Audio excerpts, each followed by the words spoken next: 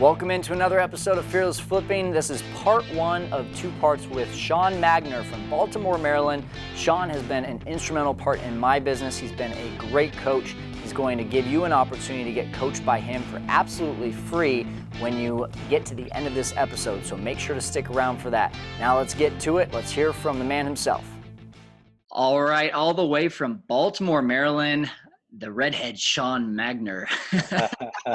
Shaun, thanks for joining us, man. Let's just go ahead and jump right into it with our Fearless 5 questions. So number one, I got to ask you, what is your weirdest and most interesting real estate story? Very good. Well, Kyle, thanks for having me for sure. And that's the first time I've been called that, but I'll take it.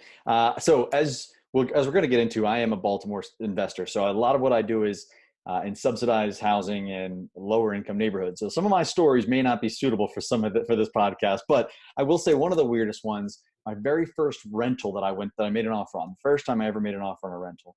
I walked into this house, had no idea what I was looking at, but I did have an investor with me that knew. And she said, man, this is a great deal. And that house, I remember it to this day because I call it the seashell house. In that house, 2 bedrooms and a bathroom, the walls were covered with somebody hot glued seashells to the entire wall. I mean, the entire walls. I'm talking 2 walls in each bedroom, and then around the entire bedroom or entire bathroom, spray painted the tub and toilet to be purple and blue because that was their color. That was a pretty weird one, but some of my other stories, they get pretty graphic. We'll keep those we'll take those stories offline. Hey, they're just trying to bring the ocean to you. I don't know why you're knocking on them. I suppose, man. Yeah, that would have been a real treat. Awesome. Well, hey, what's your favorite part of real estate investing?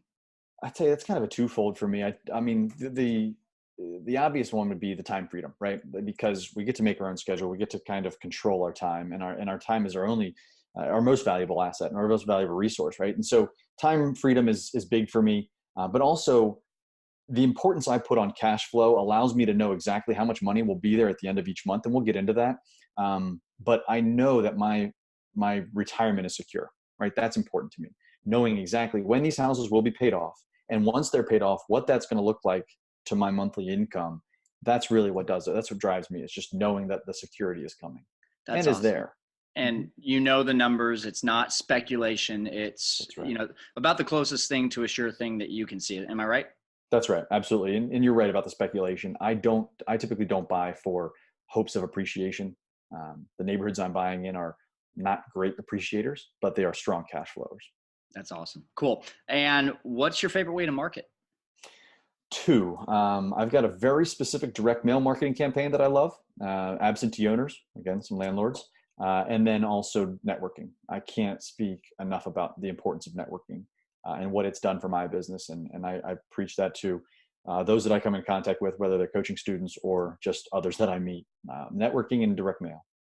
Seems like those are the 2 most common that I hear the answer to. So I'm glad to hear that that's just becoming a pattern in everyone that I interview. So thanks for sharing that. And then did you go to college? And if so, what did you study?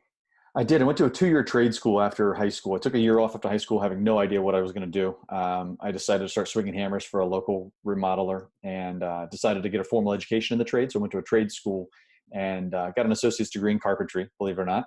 That led me to swing hammers for a few more years. And then I got into building material sales, which it's always been construction. It's always been the foundation of my careers. But that awesome. is my education, was in a 2-year trade school. Okay, well, so that leads me into our 5th question here, which is, what was your background before real estate investing? It sounds like with swinging a hammer already, you kind of were in that mode, I guess you could say. So just kind of take me through your story if you can. That's right, for sure. So again, so I was not, my folks split when I was in high school. My dad was working his tail off to keep things together. So it didn't really take me down, didn't really know to kind of steer me in the direction of college, right? And it wasn't any fault of his own, but so we really never even talked about going to college in high school during my high school years. So after high school, got out of school, started swinging hammers, as I mentioned, working for a couple of contractors, decided I had an interest in the trade. So I got the formal education. And then I started with a couple of high-end remodeling companies, worked there for a couple of years and realized that it was not going to be for me, right? There was no chance I was going to be the 70-year-old man across from me on lunch, just knee pads on, moaning to sit down and moaning when he stood up. It wasn't going to be me. So I started looking for other options, and building material sales became my thing. I got to know the sales reps that sold the building materials to some of the job sites I was working on. And I had the opportunity someone took a risk, took a chance on me and hired me as a salesperson for a window and door replacement company. And I worked there for a number of years, had a lot of success there. And then I ended up kind of parlaying that into different building material roles. And all the while I was saving and padding my retirement accounts and just working my way. Basically working my way up as a salesperson, a sales rep, a territory manager, regional sales managers, and that. And that's basically it. And so I knew then that I didn't want to be doing that forever. I knew that I was making somebody else wealthy. I read Rich Dad Poor Dad when I was like 20 years old and realized I know the cash flow quadrant, and I knew what quadrant I was in and where I wanted to go, and knew that I wasn't going to be sticking around there for very long. So that's kind of the story. And how I got into real estate from there is I actually responded to a national real estate education, a nationally recognized real estate education company. I responded to an ad I heard on the radio. I attended, and I really loved what I heard, and I've joined, and I've just really not looked back since. I started listening to the things that they were teaching me, taking action, doing the things that they were teaching me, all the while networking locally while building my business. I was working on and in my business at the same time as I was working a job. Now, fortunately, I had a sales job, as I mentioned, so I had a lot of time freedom with that job, and it allowed me to attend networking events. It allowed me to take calls during the workday. And so that's really kind of how I got started. This is awesome because I always love asking the question, did you go to college? What's your background? Because there's so many different walks of life that come into real estate investing. There's, it's not like a teaching job where you start as an assistant or, a student teacher, and then suddenly one day you're a principal. There's so many different routes. So to hear that you've got this, labor intensive job, then into sales, I love hearing that, but I also love hearing how that's helping you now currently in real estate investing. What types of things did you learn in those first couple jobs that have helped you in what you're doing now? Oh, tons of things, man. I mean, when you walk a residential property, there's not a thing on the house that I'm not familiar with. I'm not an expert in every single thing, right? I'm not the guy that's going to come out and service an HVAC system, but I'm familiar with it and I understand how it works and the needs for it. And fortunately, I've been a foreman on a number of jobs. We've built homes from the ground up. So I've had a lot of work from concrete foundations up to the shingles on the roof and everything in between. So when I come into a house now, I can kind of see behind the walls, if you will. That's an advantage I have. The comfort and confidence with measuring and knowing that I've checked every box I need to check. On the repair estimators that I use when I go into these houses that I'm potentially going to buy. So, I can't even count the number of ways that it's benefited me in my real estate investing career. And how about in regards to sales? That's a great question. The same thing there. The confidence to speak to people, to cold call someone, to start up. And this is a very intimidating thing for a lot of people to do, especially when they're new. To spark a conversation with a complete stranger in a room full of strangers is a challenging thing for a lot of folks to do. And so my ability to negotiate, that I've been trained how to negotiate over the years, that's bode well for me. And then also the confidence and communication has really helped with my real estate investing as well.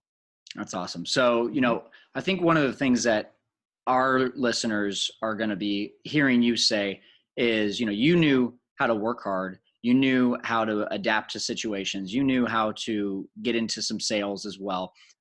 What if someone is listening right now that's thinking, man, it's terrifying for me to even think about networking, to think about sales? What would be something that you say to them if they see that real estate investing would be something, but maybe that's their one thing that's holding them back right now?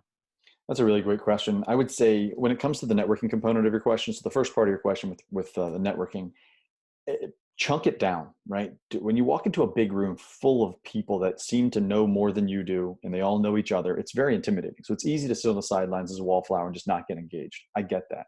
And so it is tough to just walk into a complete stranger. But if you make it a goal, make it a purpose to have one conversation, you want to add one person to your team. And let's say you attend a networking event, you want to walk up to a realtor. You're brand new. You might find that a realtor is going to provide you with some value, right? You might not need a lender right now.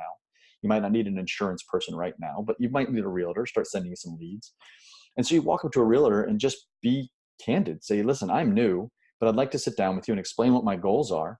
And maybe you can help me with start sending me some leads and start to add me to your buyers list, and just have a very simple conversation like that. I really think that's not It's still going to be a challenge for some people. I get that. But I think that if you chunk it down to that, don't think you need to go there and absorb everything. You're going to be drinking from a fire hose. So if you can just chunk it down into little bite-sized pieces like that, I think it's very helpful. I love that, little bite-sized pieces. And I can speak to that personally because my first 2 deals have come from realtors. So the more people that know what you're doing, the better.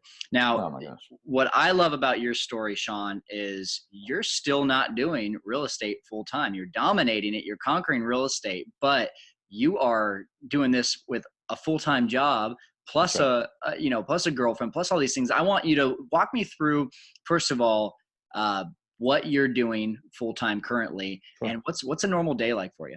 Sure. So still building material sales. I did take a hiatus for a couple of years and just focused on the business. I built a cushion, if you will, that allowed me to take a step away from my career for a little while to build the business and get it to where I wanted it. And now I went back to work about late last year. I went back to work and I work for a door distributor here in the Maryland area on the East Coast. And I'm a national account sales manager for this operation. It's a great job. It's a great company. It's just a great business and I enjoy it. But it still allows me some time freedom to, make or take calls as I need throughout the day. But I do try to limit that.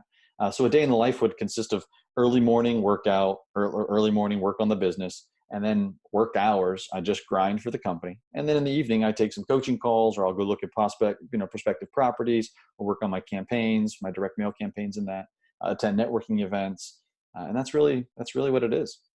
That's awesome. And so, Fearless Flippers, if you are liking what you're hearing from Shaun, that you're not ready to quit your job and you want to take this on full time, if you're loving what you're hearing right now, you're going to love even more in our next episode what you hear from Shaun, because he's going to show you exactly how he's making this a day-to-day, part-time, huge cash flow for him on the side while still having a full-time job, having a whole life outside of real estate. So my next question, Shaun, as we kind of really get into who you are and what is driving you, really is just when did you realize that you could do this business? When did you realize that this was something that was going to work for you? That's a good question. So as I mentioned earlier, I joined a national real estate investing education company, and I learned about RIAs and hard money in terms that I had never heard before. And so I started applying the things I was learning there to my local market. I started attending local networking events. And this is part of the reason I can't preach enough about the importance of networking. So I attended a networking event. And as I made mention earlier, I went there with a purpose. I said, you know what, I'm going to meet a hard money lender tonight. I didn't have a deal. I had no need for a hard money lender. I just said, that was who I chose. I was going to add to my team that night. And so I introduced myself to a guy named Scott. Scott worked for a local hard money lender. I introduced myself, exchanged contact information. The following night, I sent him an email around 10 o'clock on a Friday night. He was impressed by that I was working on a Friday night. So he accepted my invitation. And the next week, we went to coffee. And 3.5 hours later, I had a whole new level of confidence. And where that confidence came from was I laid out to this guy what my goals were, who I was, what I was about, my background, what my goals were. And we just really kind of judged, right? We got along really well. And I told him some of my goals were to flip some houses, and some of my goals were to also eventually be able to start to build a rental portfolio, which has always been my passion. And so he said, man, you got to meet this guy as it pertained to the flips. You need to meet this guy as it pertained to the landlording. And these are local guys. And so I start networking with these folks and I start building relationships with them. And I immediately start learning, oh my gosh, I can do this. These guys are showing me the way. And listen, I may not be the smartest guy in the room, wealthiest guy in the room, but my goal is to not be outworked, right? And that's my goal. And so if these guys can do it and they're grinders, and I've surrounded myself with some really class acts. I mean, that's another thing that I would absolutely recommend. And we've probably all read these in books. Surround yourself, level up, right? So surround yourself with people that are just doing what you want to be doing at the level that you want to be doing it with. If you look around and everybody around you is doing the same thing you are, you're in the wrong room, right? That's awesome. So the things that I just took some notes on right here is that you networked with a purpose. First of all, how many people do we know that just show up to networking events, bring some cards and say, here's my card. And then it's a 30-minute or an hour long waste of time. So you start with a purpose. You told yourself what you were going to meet that night. You said, I'm going to meet a hard money lender. And then you just sat down with them and told them exactly what you're doing. And I think that's the number one thing that people, correct me if I'm wrong here, Shaun, but so many people just see that like momentum as this huge hill when all it takes is just telling people what you're doing. And little by little, you just start climbing up that hill to where when you get to the top, it's all downhill from there because you've created momentum. And it just sounds like again, correct me if I'm wrong, but it just sounds like you're really good at telling people what you're doing. Absolutely. No, you're not wrong at all. You're spot on, man. I mean, you can't, to think you're going to go out there and just build a real estate investing business overnight is insane. It takes some time. It does. And eventually you'll start to see that snowball build. And when it starts, it just doesn't stop. It's rolling down the hill and it's collecting steam, but it just takes little bits. And I mean, there was a time that I was networking, 3 nights a week. I would attend 3 to 4 networking events a week. And I encourage people to attend with a purpose and with regularity. I think that regularity component is pretty important as well. And for what I mean by that is, if let's just say, for instance, somebody's starting out new, they want to do some direct mail campaigns, but they don't know what they want to do yet. They don't even know what they're doing, right? They're still learning. They want to do some bandit signs and they don't really know, they don't have their bandit signs ordered yet. They don't have their letters ordered yet. Well, they need some lead flow so that all the while that's ramping up, they can be analyzing deals, looking at properties, and fine tuning or sharpening their tools, right? And so how to do that? Why not attend a networking event with a purpose? Meet one wholesaler and one agent at each networking event. And I might have told you this before, Kyle. If you could do that for once a week for 2 months straight, at the end of that 8 weeks, you're going to have 8 or 16 or more new sources of lead flow. And that lead flow doesn't mean you have to buy those deals. Those leads come in, it gives you an opportunity to analyze them, run comps, walk the properties, do a repair estimator, analyze the deal itself, and maybe write offers. But regardless, you're sharpening your tools all the while. 8 more leads equals more offers, equals more deals, equals more money, right? And so I can't speak to that enough. And I'm sorry, I might have gone off on a little bit of a tangent there, but I love it. No, that was passion there. Perfect. That was perfect because that's bite size. And I want to repeat that one time per week, you're focusing on meeting one wholesaler and one agent. And after 8 weeks, you've got 16 new lead sources. And I think the best part about that, Shaun, they're free. That's right. That's the beauty of it. This is no cost marketing. Your yellow letters are going to cost you some money. This marketing approach might not get you your audience might not be the seller, right? You're working with wholesalers and realtors. So you might not be working with the seller. So wholesaling may not happen, but you're going to be analyzing lots of deals that could be rentals, buy and holds, or potential wholesales. So I think it's genius. That's awesome. So you got around a lot of people, told everyone what you're doing. You also got around some great people that were feeding into you, giving you some mentorship. So with all of that, with all these little bite-sized moves that you're making, at what point did you say, hey, I'm doing this thing? Like, was it the 5th deal? Was it that first like profit you got? When did you say, man, I got this thing? Great question. So I started networking in November just in November. In January, or I put my first deal under contract actually in November. This is a couple of years ago, a couple of Novembers back. But in January, I actually settled on that house. It was a flip, and I put my first rental under contract in that same month. Bought that first rental in February. Now you fast forward to June, and I had 5 rentals under construction, and I had just sold, or I was under contract to sell the flip. And at that point, I was juggling a job, a personal life, and then building this business. And it was around that time that I realized, dude, you've got a lot on your plate and you're doing it. It can be done. It absolutely can be done, but it takes some time management. It takes a lot of discipline, and it takes prioritizing and just knowing what your goal is and just not being outworked. I tell you that. I mean, I'm asked a lot of questions often like, hey, Shaun, I've got this amount of money sitting here. What do you suggest I do with it? I don't know. I mean, what's your goal? Let your goal define it for you, right? And I kind of relate it to looking at comparables. I may love white cabinets in a house, but if all my comps have dark cabinets, guess what's going in my house? Dark cabinets, right? Let your comps make the decisions for you. Let your goals make your decisions for you as well. That's awesome. Okay. So last question here before we wrap up. What's your purpose? What's driving you every day? That's a great question, man. The why. What's my why?